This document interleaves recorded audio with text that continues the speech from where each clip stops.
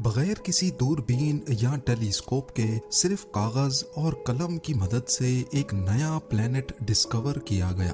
ये कारनामा आज से 175 साल पहले फ्रेंच एस्ट्रोनॉमर उर्बैन लिवेरिये ने अंजाम देकर पूरी साइंटिफिक कम्युनिटी को हैरत में डाल दिया।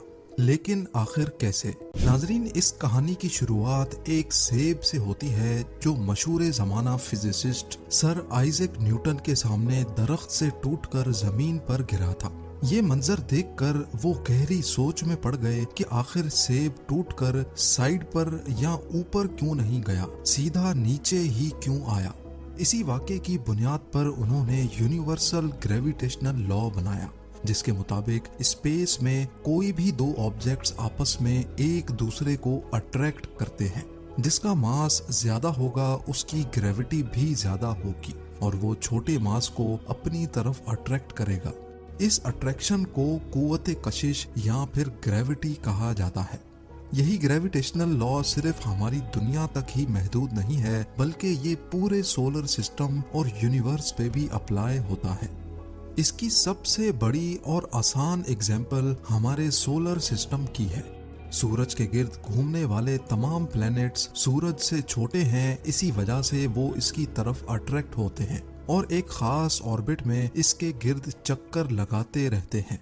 हमारा चांद भी इसी ग्रेविटेशनल लॉ के तहत जमीन के गिर्द चक्कर लगाता है। जमीन जो चांद से कई गुना बड़ी है, वो चांद को अपनी तरफ अट्रैक्ट करती है। दूसरी तरफ चांद बेशक ही छोटा है, लेकिन कुछ न कुछ ग्रेविटी उसकी भी है। चांद की ग्रेविटी इतनी तो नहीं है कि वो अर्थ को अपने ऑर्बिट से हिला सके, लेकिन वो समंदर के पानी को अपनी तरफ खींचती है, जिसकी वजह से समंदर में लहरें पैदा होती हैं। अगर एक मिनट के लिए ये सोच लिया जाए कि चांद हमारी जमीन के गिर्द गर्दिश नहीं कर रहा बल्कि सिर्फ रुका हुआ है, तो मालूम है इसका नतीजा क्या होगा। चंद मिनटों में ही चांद हमारी जमीन से आ टकराएगा। जी हाँ, जहाँ अर्थ की ग्रेविटी उसको अपनी तरफ खींचती है, वहीं उसके ऑर्बिट करने की वजह से, गोल चक्कर लगाने की वजह से एक फोर्स पैदा होती है जो इसको बाहर की तरफ धकेलती है। इस फोर्स को सेंट्रीफ्यूगल फोर्स कहा जाता है। चांद की सेंट्रीफ्यूगल फोर्स और अर्थ की ग्रेविटी दोनों इक्वल हो जाने की वजह से ही चांद अपने फिक्स्ड ऑर्बिट में गर्दिश करता है। इसी तरीके से ही तमाम प्लैनेट्स भी सूरज के गिर्द ऑर्बिट करते हैं। न्यूटन के इस ग्रेविटेशनल लॉ पे कई एक्सपेरिमेंट्स हुए, रिसर्च हुई और ये साबित हुआ कि हमारी कायनात का पूरा निजाम इसी लॉ पे डिपेंड करता है। ये बात हो रही है साल 1840 की, जब हमारे सोलर सिस्टम का आखिरी प्लैनेट यूरेनस हुआ करता था। हमारे अर्थ से 4 गुना बड़ा ये प्लैनेट कुछ ही अरसे पहले 1781 में एक टेलीस्कोप की मदद से डिस्कवर किया गया था। लेकिन इस प्लैनेट के, इस सैयारे के ऑर्बिट में एक अजीब सी गड़बड़ नोटिस की गई। गड़बड़ ये थी कि ये न्यूटन के ग्रेविटेशनल लॉ पे पूरी तरह अमल नहीं कर रहा था। ये अपने ऑर्बिट में एक खास पॉइंट पे आकर अपने आप इधर उधर होने लगता। ग्रेविटेशनल लॉ जिसकी वजह से पूरी यूनिवर्स का सिस्टम चल रहा है, भला सिर्फ एक प्लेनेट उसके खिलाफ कैसे काम कर सकता है। पूरे 60 सालों तक दुनिया भर के एस्ट्रोनॉमर्स यूरेनस के इस अनोखे अमल को देखकर परेशान थे। इनमें एक फ्रेंच एस्ट्रोनॉमर उर्बैन लिवेरिये भी थे। वो सारी रात यूरेनस को स्टडी करते रहते, लेकिन उसका ग्रेविटेशनल लॉ के अगेंस्ट हरकत करना और अपने ऑर्बिट से निकल जाना उनकी समझ से भी बाहर था।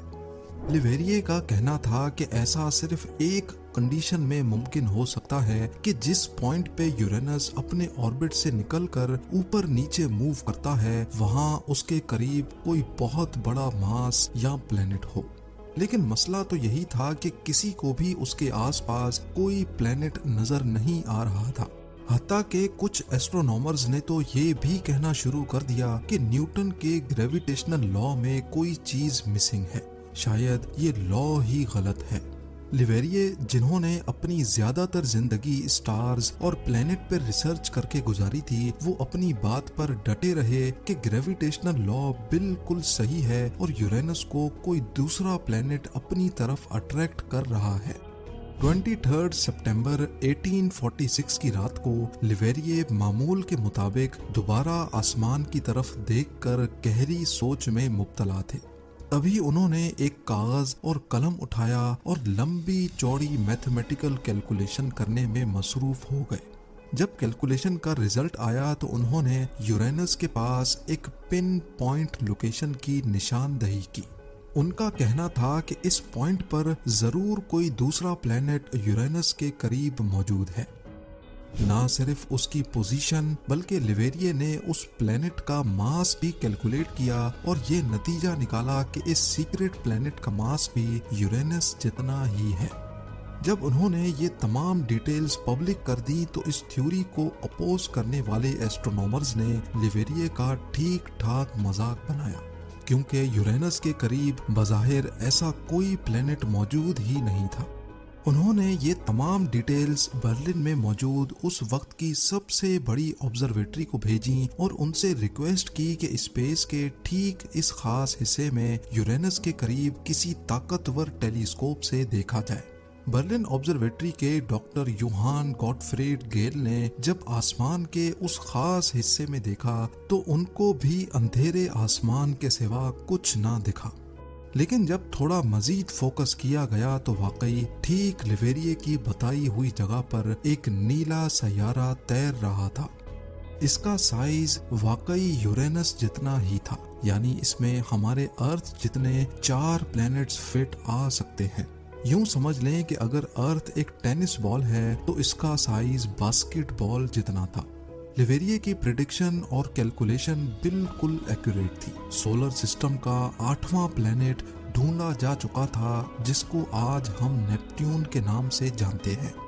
नेपट्यून वो पहला प्लेनेट है जिसको किसी टेलीस्कोप से नहीं बल्कि मैथ्स के फॉर्मूलाज एक पेपर और कलम की मदद से ढूंढा गया। ये प्लेनेट लिवेरिए से पहले मशहूर ज़माना एस्ट्रोनॉमर और टेलीस्कोप के इन्वेंटर गैलीलियो ने भी देख रखा था, लेकिन गैलीलियो हमेशा इसको एक स्टार मानते थे। उन्होंने अपनी कई ड्राइंग्स में इसको ड्रॉ भी किया था, लेकिन सिर्फ एक स्टार की हैसियत से, किसी प्लेनेट या सैयारे की हैसियत से नहीं। यही वजह थी कि इसको डिस्कवर करने का सारा क्रेडिट गैलीलियो के बजाय लिवेरिए के पास ही गया। क्रेडिट तो इनको बेशक मिल ही गया था, लेकिन वो हमेशा चाहते थे कि इस प्लेनेट का नाम भी उनके अपने नाम लिवेरिए से जोड़ा जाए। पर क्योंकि उस वक्त प्लैनेट्स और स्टार्स के नाम हमेशा देवताओं के नाम पे रखे जाते थे, इसी वजह से कई लोगों को इस नए प्लैनेट का नाम लिवेरिए से जोड़ने पर एतराज था। सबकी म्यूचुअल अंडरस्टैंडिंग के बाद इसका नाम रोमन देवता नेपट्यून के नाम पे रखा गया। 1989 में नासा का वॉयेजर 2 स्पेसक्राफ्ट पहली बार नेपट्यून के पास से गुजारा गया। 3000 मील दूर से वॉयेजर 2 ने नेपट्यून की कई फोटोग्राफ्स कैप्चर की। ये हमारे सोलर सिस्टम का सबसे दूर और सबसे आखिरी प्लेनेट है।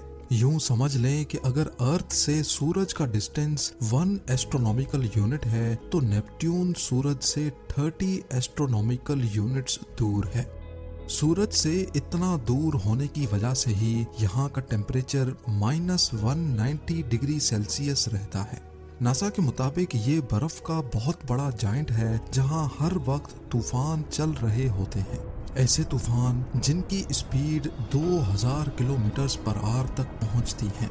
याद रहे कि अर्थ पर सबसे तेज तूफान की स्पीड 407 किलोमीटर पर आवर तक रिकॉर्ड की गई थी।